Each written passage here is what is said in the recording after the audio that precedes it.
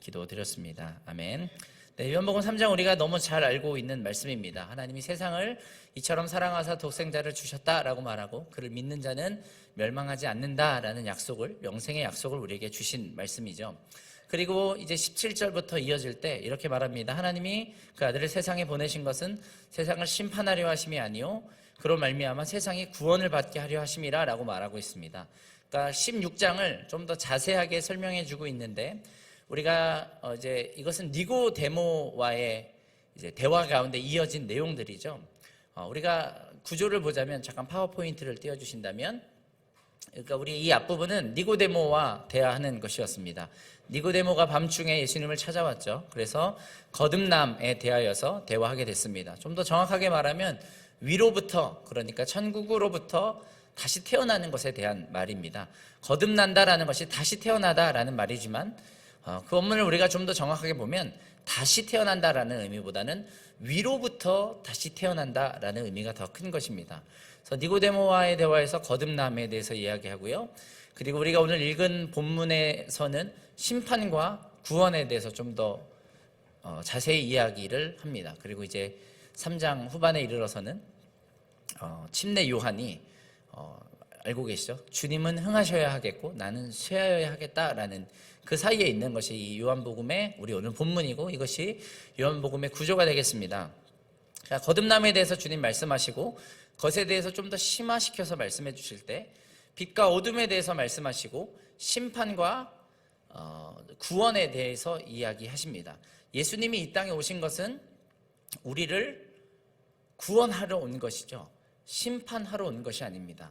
예수님께서 나사렛 회당에서 그의 사역을 시작하실 때에 선지자 이사야서의 말씀을 빼서 읽는다는 것을 우리가 알고 있습니다. 이사야에 기록되기를 예수님이 행하실 일, 하나님의 통치의 일, 기름 부음 받은 자, 곧 메시아 그리스도 예수님께서 행하실 일을 예언했는데 우리가 아는 것처럼 기적과 이사를 통하여서 병든 자를 치유하고 눈먼 자를 다시 보게 하고 하나님의 초자연적인 하나님의 통치 안에 있는 그 생명의 일들이 이 땅에 풀어질 것을 예언했습니다. 그리고 우리가 그것이 희년이다라고 선포하는 것이죠. 희년은 우리가 아는 것처럼 50년에 한 번씩 돌아오는 조건 없이 빚진 자들이 해방되고 조건 없이 갇혀있는 자들이 풀려나는 하나님의 말 그대로 은총의 은혜의 하나님께서 조건 없이 호의를 베푸시는 그러한 하나님이 일방적으로 정하신 해였습니다. 희년이 나타내는 것은 무엇이냐면 예수님입니다. 희년이 나타내는 것은 복음입니다. 희년이 나타내는 것은 자비와 은혜입니다. 그러니까 예수님이 희년이세요. 더 이상 희년은 50년에 한 번씩 돌아오지 않습니다. 우리가 그 앞에 나아갈 때마다 우리에게 희년이 오는 것이죠. 우리가 뭘 했기 때문이 아닙니다. 우리가 뭘 잘났기 때문이 아닙니다. 예수님이 그렇게 하시기로 작정하셨고 예수님이 값을 지불하셨기 때문에 하나님이 그렇게 하기로 작정하시고 언약을 주셨기 때문에 우리가 예수님 앞으로 나아갈 때마다 희년을 경험하게 되는 것입니다. 믿으십니까? 이제 누가복음 4장에서 예수님께서 그 이사야의 말씀을 꺼내서 읽으실 때 이 구약과 신약의 가장 큰 대조점이 하나가 있습니다. 그러니까 구약에 있는 그 기록을 꺼내서 읽으실 때 예수님께서 마지막에 한 부분을 빼서 읽으십니다. 그러니까 이것이 은혜해다라고 선포하고 이사야서에서는 은혜해라고 선포되어져 있고 또 그의 신원의 날, 그러니까 보복의 날이다라고 쓰여져 있습니다. 지금이 바로 그때다라고 말하는 것이죠. 예수님이 회당에서 그 말씀을 읽으실 때는 보복의 날, 심판의 날이라는 부분을 빼고 읽으십니다. 오직 지금이 은혜해다, 이것이 주빌리다라는 부분만 읽고 두루마기를 덮으시는 장면 우리가 볼 수 있습니다. 왜 그러실까요? 심판의 날, 보복의 날이 있죠. 그것은 여호와의 날, 곧 예수님께서 다시 오시는 날입니다. 다시 오시기 전까지 우리가 지금 살고 있는 이 시간은 은혜의 시간입니다. 은총의 시간입니다. 누구나 예외할 것 없이 예수님 앞으로 나아가기만 하면 그분의 은혜를 경험할 수 있는 지금이 구원받을 만한 시간이요 지금이 바로 은혜의 시간인 것입니다. 믿으십니까? 그래서 예수님 말씀하시기를 예수님이 이 땅에 오신 것은 심판하러 온 것이 아니라 정죄하러 온 것이 아니라 도리어 구원하러 오셨다라고 말하고 있는 것입니다. 만약에 예수님의 초림이 심판을 겸하여 오신 것이었으면 우리는 굉장히 불안한 삶을 살고 있을 거예요. 그렇지만 우리가 믿고 신뢰해야 되는 것은 지금은 은혜의 시간입니다. 그 앞에 나아가기만 하면 우리는 자유함을, 풍성함을, 생명을 얻을 수 있는 것입니다. 믿으십니까? 아멘이시죠? 근데 이렇게 말합니다. 18절입니다. 그를 믿는 자는 심판을 받지 아니하는 것이요 믿지 아니하는 자는 하나님의 독생자의 이름을 믿지 아니하므로 벌써 심판을 받은 것이니라. 그러니까 그의 이름을 믿으면 심판을 면하게 되고요, 여기까지는 이상한 것이 없는데, 믿지 아니하는 자는 하나님 독생자의 이름을 믿지 아니하므로 벌써 심판을 받은 것이다라고 말합니다. 그러니까 이건 뭘 말하는 거냐면 가라앉고 있는 배 같은 겁니다. 혹은 추락하고 있는 비행기 같은 것이 죄 지은 아담 이후에 이 세상의 상태라는 것입니다. 세상이 멀쩡한데 나중에 멸망이 이 땅에 들어오는 것이 아니라, 물론 최후의 심판의 때가 있겠지만 마치 추락하고 있는 비행기처럼 날아가고 있다가 어떤 고장, 어떤 추격 받은 것 때문에 지금 떨어지고 있는 상태인 것입니다. 우리가 이걸 이해해야 돼요. 세상은 멸망하고 있습니다. 이미 멸망을 받았고 멸망을 향해서 떨어지고 있는 상태입니다. 이것은 정해진 일입니다. 구원이다라는 것은 무엇이냐면 하나님이 구원받은 사람만 건져내고 잘 있던 비행기에서, 마치 비유로 하자면 믿지 아니하는 사람들은 비행기에서 싹 쓸어버리는 그런 보복의 개념이 아닙니다. 아까 그 신원의 날이라는 것을 보복의 날이다라고 했는데, 이제 영어로 보면, 그러니까 우리가 왜 어벤져스라는 영어가 있지 않습니까? 그 같은 단어인데, 그러니까 어벤져 하다면은 보복하다라는 단어로 우리가 이해하기 쉽지만 복수하는, 좀 더 정확하게 말하면 응징한다라는 뜻입니다. 응징하고 복수는 좀 다르거든요. 응징에는 정의의 개념이 따르는 것이죠. 그런 하나님임에도 불구하고 죄 지은 사람을 그냥 쓸어버리는 것이 아니라, 우리가 믿고 있는 구원의 개념은 이 땅은 멸망하고 있고 다만 그들 중에서 하나님이 그 멸망의 자리에서 건져주시는 것입니다. 그러니까 그들에게 낙하산을 주는 거죠. 완전 안전한 낙하선을. 그래서 구원받는다라는 것은 우리는 이미 멸망하는 상태였어요. 우리는 다 지옥에 갈 수밖에 없고 우리는 다 파멸 가운데 이 한 번밖에 없는 인생을 살 수밖에 없는 자들이었습니다. 그러나 감사하게도 하나님이 세상을 이처럼 사랑하사 우리를 심판하거나 우리를 정죄하기를 원하시는 것이 아니라 우리를 사랑하셔서 그분의 자비 가득한 마음으로 은혜를 베풀어 주셔서 우리를 건져주신 것이죠. 그것이 구원입니다. 그러니까 우리는 이미 멸망하고 있는 세상에서 건지심을, 그리고 옮기심을 받은 자들입니다. 아멘이십니까? 네. 19절입니다. 그 정죄는 이것이니, 그러니까 심판을 받을 때 심판을 받는 사람들의 그 심판받는 내용이 뭐냐 하면, 그러니까 여기서 이제 정죄라는 것은 죄명은 무엇이니 이렇게 이해해도, 아마 쉬운 성경인가 우리말 성경에는 그 유죄 판결 내용은 이것이니 이렇게 번역이 되어 있을 것입니다.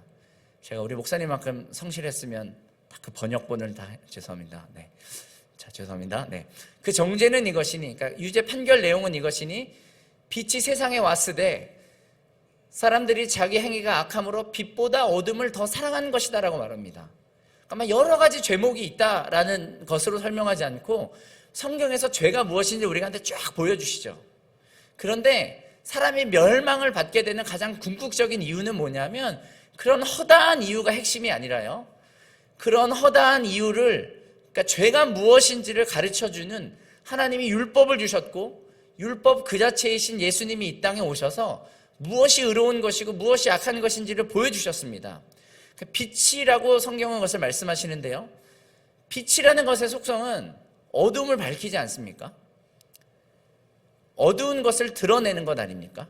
그러니까 만약에 그런 경험 있으신지 모르겠는데, 이렇게 후레쉬 같은 걸로 이렇게 아주 어두운 이런 공간에서요, 아마 우리 공간도 그럴 수 있는데, 불이 다 꺼진 상태에서 빛이 한 줄기 정도만, 혹은 손전등 같은 걸 하나 딱 켜면 어떤 일이 있냐면, 전에는 보이지 않던 먼지가 여기 이렇게 많았어? 라고 할 만큼 먼지가 보이는 일이 있습니다.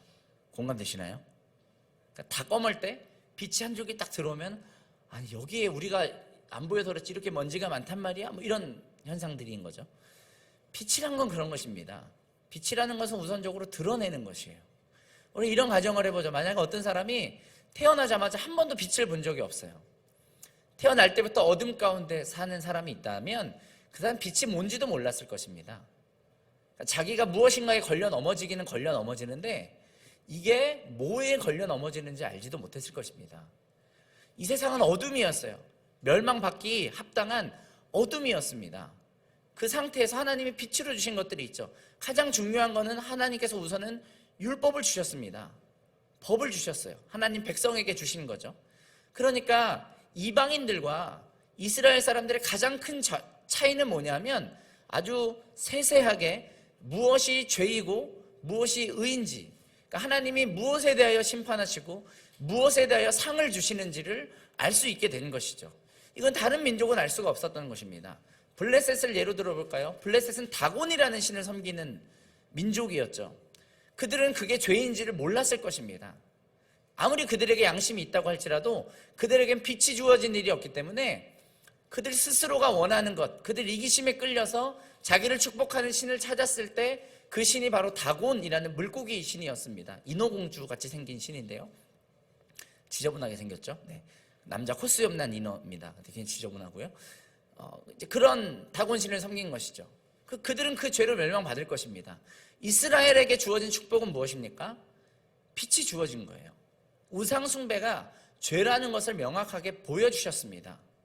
그러니까 걸려 넘어진다고 할지라도 무엇이 죄인지를 보여주는 것이죠. 우리가 잘 아는 것처럼 결국에 여기서 말하는 이 빛이라는 것, 혹은 의라는 것, 죄라는 것들에 대한 핵심에는 뭐가 있냐면 사랑이 있는 것입니다. 말씀을 한번 마태복음 22장에 우리가 아는 것처럼 최고의 율법, 가장 높은 계명이라고 우리가 부르는 것이 있죠. 제가 읽겠습니다. 그 중에 한 율법사가 예수를 시험하여 묻되 선생님, 율법 중에서 어느 계명이 크니이까? 예수께서 이르시되 내 마음을 다하고 목숨을 다하고 뜻을 다하여 주 너의 하나님을 사랑하라 하였으니 이것이 크고 첫째 되는 계명이요 둘째도 그와 같으니 네 이웃을 네 자신과 같이 사랑하라 하셨으니 이 두 계명이 온 율법과 선지자의 강령이니라. 결국 예수님께서는 두어 가지를 말씀하신 것입니다. 가장 높은 계명이 있다. 그것은 하나님을 사랑하는 거야. 그리고 둘째 계명이 있다. 근데 많은 부분에서 둘째도 같다라고 하셨어요. 그러니까 놓치지 말아야 될 거는 하나님 사랑하는 거랑 우리가 이웃 사랑하는 거, 특별히 우리 교회로서 서로를 사랑하는 것이 부딪히는 일이 될 수가 없다라는 거예요. 이 두는 근본적으로 한 영이고 한 정신이기 때문에 하나님을 사랑하는 자는 사도 요한이 말하는 것처럼 형제도 사랑할 수밖에 없어. 그렇지 않으면 거짓말이고 가짜야라고 말하는 것입니다. 그러니까 율법의 핵심은 뭐냐면 사랑입니다. 로마서에 말씀하시기를 사랑이 모든 율법의 완성이다라고 말씀하셨어요. 모든 선지자들과 모든 율법의 강령이 이 사랑이다라고 말씀하셨어요. 이웃, 너희 교회를, 너희 교우를 서로 사랑하는 것이죠. 아멘이시죠? 잘하고 계십니까? 절망한 눈빛을. 네. 그런데 사랑이라는 게 사실 모호한 것은 아니고요. 그러니까 하나님이 주신 모든 율법과 모든 선지자들의 가르침과 심지어 모든 잠언의 가르침은 곧 무엇이라고 우리가 생각할 수 있는 거냐 하면 구체적으로 어떻게 하나님을 사랑하고 어떻게 이웃을 사랑하는 것인지, 아무리 내가 이렇게 사랑하는 것이 맞다고 우겨도 하나님 말씀과는 좀 비껴나간다면 내 기준의 사랑일 뿐이지 내가 할 수 있는 만큼의 사랑이지 하나님 원하시는 만큼의 사랑은 아닌 것이죠. 그럼 아주 구체적인 방법을 보여주고 있는 것이 하나님의 말씀입니다. 믿으시죠? 그래서 결국엔 사랑이라는 책이 있습니다. 네, 저희 어머니 책인데 지금 어차피 시중에 가서도 살 수 없습니다. 혹시 원하시는 분 저한테 전화 주시면 되겠고요. 네, 죄송합니다. 네. 사랑입니다. 하나님께서 원하시는 것은 사랑이에요. 이걸 조금 더 자세히 보자면 내 이웃을 어떻게 사랑하라고 했냐면 네 몸과 같이 사랑하라고 했어요. 자기 자신을 사랑하는 것처럼 남을 사랑하라고 했습니다. 이게 빛이에요. 이게 모든 율법의 기준입니다. 그래서 야고보는 이렇게도 말했어요. 야고보서 2장에 있는 말씀이죠. 한번 띄워주시겠습니까? 말씀하시기를 너희가 만일 성경에 기록된 대로 네 이웃을 사랑하기를 네 몸과 같이 하라 하신 최고의 법을 지키면 잘하는 것이거니와 이렇게 말합니다. 이것이 최고의 법인 거예요. 가장 높은 법입니다. 이게 전체를 대변하는 것이기도 하고요. 가장 중요한 것이다라고 하는 것입니다. 아무리 율법을 다 잘 지킨다고 하였어도 이웃을 사랑하지 않았다? 내 교우를 사랑하지 않았다? 미워했고 용서하지 않았다? 하나도 안 지킨 것과 다른 바가 없는 것입니다. 근데 어떻게 하라고 했냐면 네 이웃을 네 몸과 같이, 자기 자신을 사랑하는 걸 우리가 보통 부정적으로 표현할 때 뭐라고 표현하냐면 이기적이다라고 표현합니다. 요즘 이렇게 사회적으로 문제가 되는 현상들이 있어요. 그러니까 맘충 이런 말 들어보셨나요? 네. 여기서 가장 지금 젊은 제가 설명해 드리도록 하겠습니다. 맘충이란 건 뭐냐면 이런 맘카페나 어디 뭐 키즈카페 이런 데 가서, 카페 같은 데 가서 지 자식만 좋아서 막 사람들한테 막 뭔가 방해하고 피해를 줘도 아랑곳하지 않고 내 새끼만 예뻐하는, 내 아이만 위하는 그런 부류의 현상과 그런 사람들을 맘충이라고 불러요. 그게 뭘까요? 이기적인 거예요. 그죠? 이기적인 건 죄입니다. 이기적인 거는 우리가 자세히 살펴보면 굉장히 추한 거예요. 이기적인 건 추한 겁니다. 우리가 다른 사람의 이기심을 볼 때 추함을 느끼는 것처럼 나의 이기심에 대해서 관대하면 안 되고요. 내가 이기적인 것에 대하여서 회개할 수 있는 우리가 돼야 돼요. 본능적으로 우리는 이기적입니다. 그게 죄성의 핵심이거든요. 자기 사랑, 나만 사랑하는 것, 나만 위하는 것, 나만 위해서 열심히 살아가는 그 자체가 하나님 앞에 심판받을 만한 것인가? 율법에 인하면 심판받을 만한 것이다라는 거예요. 어쩌면 세상 사람들은 그게 왜 나빠? 그 성실한 삶이 왜 나빠? 사람은 다 그런 거 아니야 라고 말할 수 있겠지만 우린 빛을 가진 자들이에요. 빛을 본 자들이에요. 예수님 말씀하시는 건 이것입니다. 네가 너를 사랑하는 것처럼 다른 사람한테, 그러니까 이타적인 사람이 되라라고 말씀하는 것입니다. 자기만 위하는 것을 그치고 다른 사람을 위해봐. 이렇게 표현할 수 있죠. 나한테 좋은 거는 남한테도 해주는 거예요. 내가 대접받고 싶은 거는 다른 사람도 대접해 주는 거예요. 말하면서 내가 그렇게 살고 있나 자꾸 보게 되는데, 혹은 내가 싫은 거는 그 사람한테도 하지 않는 거예요. 더 나아간다면 내가 싫어도 그 사람이 좋으면 해주는 거예요. 이게 이타적인 겁니다. 너만 위하지 말고 이렇게 좀 살아라 라는 것이 모든 율법의 핵심인 것입니다. 아멘이시죠? 이게 빛이에요. 빛이 와서 우리를 비추었을 때 그에 미치지 못하는 우리를 보게 되는 것입니다. 그런데 하나님의 율법이 완전한 하나님의 법을 보여주지만 성경에 말하기를 이 십계명으로 대표되는 이 구약의 율법보다 더 나은, 더 온전한 계명이 우리에게 주어졌다라고 말하는 거예요. 그게 새 계명입니다. 요한복음 말씀을 한번 다시 열어주실 수 있을까요? 네, 함께 읽겠습니다. 시작. 새 계명을 너에게 주노니 서로 사랑하라. 내가 너희를 사랑한 것 같이 너희도 서로 사랑하라. 새 계명입니다. 이게 뭐가 다를까요? 아까 첫째, 둘째 계명과 이게 뭐가 다른 걸까요? 예수님이 이걸 새 계명이라고 부르는데 사실 첫째 계명과 둘째 계명이 다르지 않듯이 이 계명도 크게 다르지 않습니다. 그래서 사도 요한도 요한서신서에 말하기를 너희가 원래 알던 거다. 새 계명을 주는데 너희가 원래 알던 것이다 라고 이야기해요. 다만 확연한 차이는 이것입니다. 전에는 네 이웃을 네 몸과 같이 사랑하라 라고 했는데요, 이제는 내가 너희를 사랑한 것처럼 사랑하래요. 아주 다릅니다.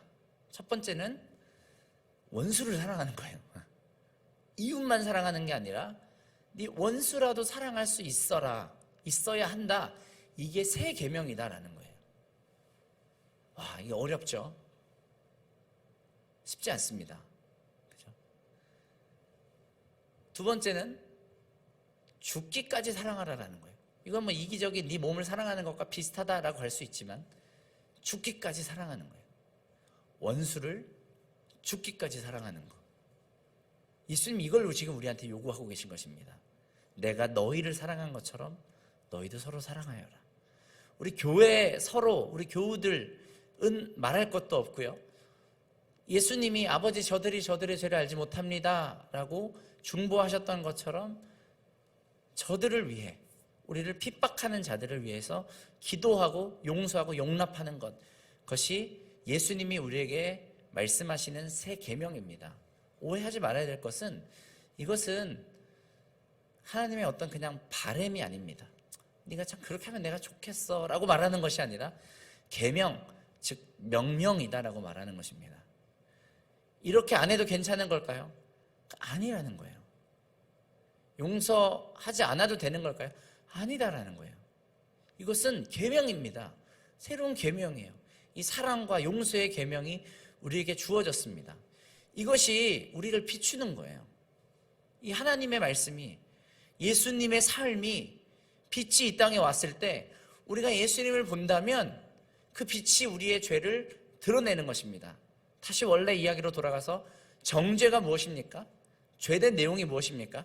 그 빛이 우리를 비추었을 때요, 우리의 죄가 드러나고 우리의 연약함이 드러나는데, 정죄는 이것이니, 사람들이, 다시 한번 읽겠습니다. 그 정죄는 이것이니 곧 빛이 세상에 왔으되 사람들이 자기의 행위가 악함으로 빛보다 어둠을 더 사랑한 것이니라. 그러니까 빛이 왔는데, 그러면 그 선한, 그 의로운 것에 자기를 맞추는 것이 아니라, 자기를 돌이키거나 회개하는 것이 아니라, 내가 짓고 있는 이 죄, 이 편의, 이기적인 마음, 그냥 내가 내 육체의 소용만 쫓는, 내 스스로의 즐거움만 채우는 그 삶이 더 좋아서 예수님이 아니라, 회개의 길이 아니라 그냥 자기 길을 택해버리는 것이 죄의 심판에 대한 내용이다라는 것입니다. 그러니까 하나님은 우리를 지옥에 보내는 게 아니에요. 빛이 왔는데 회개할 수 있는 기회, 구원받을 수 있는 기회가 우리에게 주어졌는데, 그냥 이 모습 이대로 살게요 라고 말하는 우리의 선택의 문제인 것입니다. 믿으십니까? 썬다싱이라는 사람이 있죠. 인도의 성자라고 불렸던 사람이고 아주 오래된 사람인데, 예수님을 직접 육체 가운데 만났던 사람이다라고 알려져 있습니다. 근데 그분이 굉장히 좀 영적인 분이거든요, 보면. 근데 어느 날 기도하다가 하는 환상을 봤다라고 합니다. 뭐냐면 천국을 보는 것인데, 어떤 사람들이 예수님을 보고 예수님의 빛의 아름다움에 매혹되어서 예수님께 막 달려가고 있는 거예요.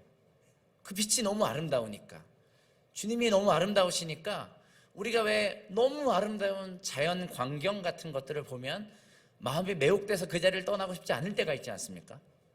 여러분 어떠신지 모르는데 저는 이렇게 되게 좋은 풍광, 이런 뷰를 되게 좋아하거든요. 그래서 우리 아내가 저를 뷰 덕후라고 이렇게 부르는데, 바닷가나 이런 거 되게 좋아해요. 그런 데서 계속 앉아있고 이런 거 좋아하는데, 그렇듯이 예수님의 아름다움에 그 마음이 매혹되는 거예요. 그래서 예수님께 달려가는데, 동시에 어떤 사람들은 똑같은 빛을 보는데 그 빛에 드러난 자기의 더러움을 보는 거예요. 자기의 욕망을 보고 그 길을 따라서 빛을 등지고 달려가는 사람들을, 반대로 도망치는 사람들을 봤다라고 합니다. 그 빛이 싫은 거예요. 자기를 비추니까. 그래서 그 환상에서는, 그래서 하나님의 아름다운 보좌를 향해 등지고 뛰어가고 결국에 지옥으로 스스로 점프하는 환상을 봤다라고 합니다. 그것이 요한복음 3장의 내용입니다. 빛이 왔어요. 무엇이 거룩하고 아름답고 좋은 것인지를 우리에게 보여주셨습니다. 우리는 이기적인 게 나에게 좋은 것이고, 우리가 이타적으로 나누고 할 때 오히려 그것이 우리의 마음을 불편하게 한다고 생각하지만, 예수님 말씀하시기를 주는 것이 받는 것보다 더 복되다라고 했습니다. 진짜 그렇게 되는 거예요. 우리가 나를 드릴 때 하나님 앞에 드리고요, 누군가를 위해 내 시간을, 내 삶을, 내 마음을 나눌 때 그것이 진짜 복된 것이다 라고 말씀하는 것이죠. 그러니까 거듭난 사람은 어떤 사람들입니까? 오늘 말씀의 제목이 거듭난 사람은 이라는 제목인데, 빛이 왔을 때, 죄가 드러났을 때 과감하게 죄를 버리는 거예요. 그 안에 살지 않는 것입니다. 그 자리에서 일어나서 털어내고, 이게 고통스럽거든요. 아담이 죄를 숨겼습니다. 우리도요, 내 잘못이 드러나는 게 고통스러워요. 그래서 변명하고 숨기고 죄에 대해서 거짓말하고 드러내지 않고 죄인 아닌 척. 여러분, 제가 발견한 것은 사람 앞에서도 그러면요, 하나님 앞에서도 그렇게 돼요. 하나님 앞에서는 내가 숨기는 것이 없다라고 말하지만 사람 앞에서 불투명한 사람이 되면 하나님 앞에서도 죄에 대해서 투명한 사람이 되기는 어렵습니다. 내가 잘못한 것에 대해서 사과할 줄 알아야 되고 용서를 구할 줄 알아야 되는 거죠. 하나님 앞에 죄를 드러내실 때 온전히 내 죄를 인정하고 하나님 앞에 나아가는 것이 우리 삶에 필요합니다. 주님이 변호자이기 때문이죠. 이게 거듭난 사람이 특징입니다. 거듭난 사람은 이렇게 하는 사람입니다. 이렇게 해야 거듭난 사람입니다. 계속 죄를 숨기는 것은 우리에게 영원한 생명을 주지 못해요. 두 번째입니다. 주님 말씀하시기를 21절을 보겠습니다. 진리를 따르는 자, 거듭난 사람을 말하는, 이 문맥에 보면 진리를 따르는 자는 거듭난 사람을 말하는 것, 영생을 가진 자를 말합니다. 진리를 따르는 자는 빛으로 오나니, 빛으로 가면 죄가 드러나지만 진짜 이게 아이러니 아닌가요? 예수님 밖에 있을 때는 내가 되게 괜찮은 사람으로 보이거든요. 내가 좀 미성숙한 그리스도인일 때는 내가 되게 괜찮아 보여요. 그런데 공감하실지 모르겠지만 예수님 앞으로 점점 가까이 나아가고 예수님과 친밀해져 가면 내가 이런 놈이었어? 이런 생각이 들어요.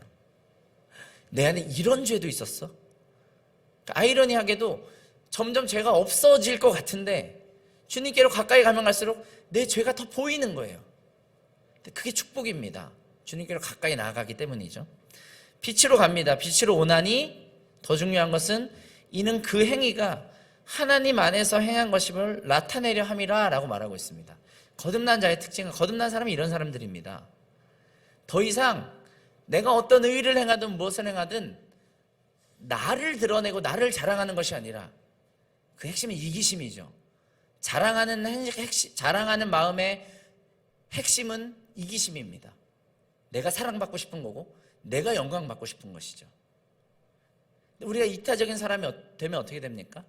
설령 내가 어떤 선한 일을 했다고 할지라도 하나님 안에서 행한 것임을 알고 증거하기를 즐거워하는 사람들이에요. 내가 영광받지 않아도 되는 거예요. 내가 칭찬받지 않아도 되는 거예요. 내가 드러나지 않아도 되는 겁니다. 하나님의 영광을 위해 사는 거예요. 하나님의 온전하심을 드러내는 것을 기뻐하는 사람, 그걸 우리가 뭐라고 부를까요? 예배하는 사람입니다. 그게 예배자의 삶의 핵심이 이거예요. 내가 무엇을 한들 하나님 안에서 행한 것임을, 빛 가운데 행한 것임을 드러내고자 하는 것, 이것이 거듭난 자의 본성입니다. 그러니까 예배하는 삶이라는 것은 우리의 거듭난 본성과 밀접하게 관련이 있어요. 이 다음 장에 아까 설명해드린 것처럼 바로 이어지는 이 내용을 요한은 어떻게 이 글을 써내려 갔냐 하면 바로 침례 요한의 이야기를 듭니다. 더 이상 이전에 침례 요한에게 열광하던 그 사람들이 침례 요한에게 오지 않아요. 침례 요한을 찾지 않습니다. 다 예수님을 찾아 떠나가 버린 거예요. 그러니까 침례 요한의 제자들이 걱정하죠. 주님 다 없어요. 이제 우린 사람이 없어요. 회중이 없어요. 막 토로하는 겁니다. 침례 요한이 뭐라 그래요? 그는 쇠하여야 하겠고, 죄송합니다. 그는 흥하여야 하겠고 나는 쇠하여야 하겠다. 그는 흥하고 나는 쇠하여야 하겠다. 이게 무엇입니까? 그러니까 하나님을 드러내는 거예요. 하나님의 영광을 드러내는 삶입니다. 그리고 이 다음 요한복음 4장에서 예배에 대한 이야기가 주어지는 것입니다. 이 거듭남의 핵심이 뭘까요? 예배하는 거예요. 하나님을 드러내는 겁니다. 하나님을 증거하는 겁니다. 나의 이기심을, 나의 만족을 버리고 하나님을 기쁘시게 하고 하나님의 만족을 위해 사는 사람, 빛 가운데 행한 것을 드러내기를 즐거워하는 그 사람이 되는 것, 이것이 우리의 거듭남의 본성입니다. 한순간에 일어나지 않죠. 어느 날 갑자기 된다는 것이 아닙니다. 우리가 최후 심판에 대하여 이야기하시는 예수님의 양과 염소의 이야기를 우리가 잠깐 주목해서 본다면 그 핵심은 이것입니다. 염소였던 사람도 자기가 왜 염소인지를 몰랐어요. 양이었던 사람도 자신이 왜 양인지를 몰랐습니다. 우리가 언제 주님을 찾아갔죠? 우리가 언제 주님께 먹을 것과 옷가지를 드렸죠? 라고 물어봐요. 예수님 말씀하세요. 지극히 작은 자에게 한 것이 곧 내게 한 것이다. 그럼 뭘 말하는 걸까요? 그러니까 이걸 의식한 게 아니고요. 이들의 본성이 그렇게 변화됐던 거예요. 차츰차츰 이 땅에서 예수님처럼 사는 법을 배워갈 때 그 본성이 변화된 것을 경험하는 것입니다. 믿으십니까? 그러니까 이것이 거듭난 자의 모습이에요. 어느 날 갑자기 이루어지는 건 아닙니다. 그래서 주님이 이걸 태어나는 것이다라고 표현한 거예요. 태어나는 것은 분명히 있어야 됩니다. 거듭남에 대한 경험은 있어야 됩니다. 근데 자라가야 돼요. 이렇게 사는 자가 거듭난 사람입니다. 이렇게 영적으로 살아가는 사람이 되는 것이 위로부터 난 사람인 거예요. 내 삶에 이것이 없다? 이렇게 커가는 모습이 없다? 그걸 뭐라고 말하냐면 생명이 없다라고 말하는 겁니다. 우리가 생명을 가진 자답게, 예수님이 자기의 생명을 우리 안에 선물로 주신 자들답게 그 받은 은혜에 대하여서 이렇게 자라나기를 소망합니다. 아멘이시죠? 달란트의 비유든 문화의 비유든 핵심은 이것입니다. 주님께서 우리에게 무엇인가를 맡기셨습니다. 그것이 인생이든 은혜의 씨든 하늘의 미랄이든 우리 안에 이 거듭남의 씨가 심겨진 거예요. 어느 만큼의 열매를 낼 것인가는 우리 각자의 몫입니다. 어느 만큼 자라나고 어느 만큼 성장할 것인가, 어느 만큼 이 거듭남의 형상을 취하여 우리가 살아갈까는 우리에게 주어진 몫입니다. 물론 성령님께서 우리를 도와주실 거예요. 교회가 우리를 도울 것입니다. 우리의 몫입니다. 우리의 의무입니다. 근데 그걸 다 하지 않은 사람, 특별히 받고도 땅에 묻어놓은 사람을 하나 있는 그대로 남겼음에도 불구하고 잃어버린 게 아니죠. 준 그대로를 가지고 있지만 아무 성장도 아무 변화도 갖지 못했던 사람에 대해 주님께서 뭐라고 말하냐면 악하다, 게으르다라고 말합니다. 그건 게으름입니다. 삶에는 아주 성실하지만 영적으로는 아주 게으른 사람이 있을 수 있어요. 우리가 그렇게 살아서는 안 되겠습니다. 우리의 본성이 진짜로 그렇게 변화될 때까지 끊임없이 빛 가운데 나아가고 빛 가운데 변화되는 우리 모든 성도님이 되시기를 주님의 이름으로 축복합니다. 아멘. 우리 함께 좀 기도하는 시간 갖도록 하겠습니다. 하나님 아버지, 우리가 거듭난 은혜를 하나님 받은 자로서, 위로부터 난 자로서 하나님 예수님의 형상을 담기를 원합니다. 하나님, 우리가 죄 가운데 살지 않고 빛 가운데 우리의 죄가 드러난다고 할지라도 괴로워만 하지 않고 도망치지 않고 숨지 않고 하나님, 우리가 주 앞에 달려나가서 변화받는 아버지 그러한 자들이 되기를 원합니다. 나를 따르는 자에겐 생명의 빛이 주어진다 하셨으니 우리가 주님을 따라갑니다. 주님, 우리가 간구합니다. 우리가 하나님, 우리의 어떤 선한 일이든 무엇이든 빛 가운데 하나님 안에서 행한 것임을 자랑하는 자들이 되게 하여 주시옵소서. 주님, 이 거듭남의 아름다운 형성이 우리 안에 회복될 수 있도록 우리 같이 우리의 아름다운 구원자 예수님께 기도하며 나가도록 하겠습니다. 기도하시겠습니다.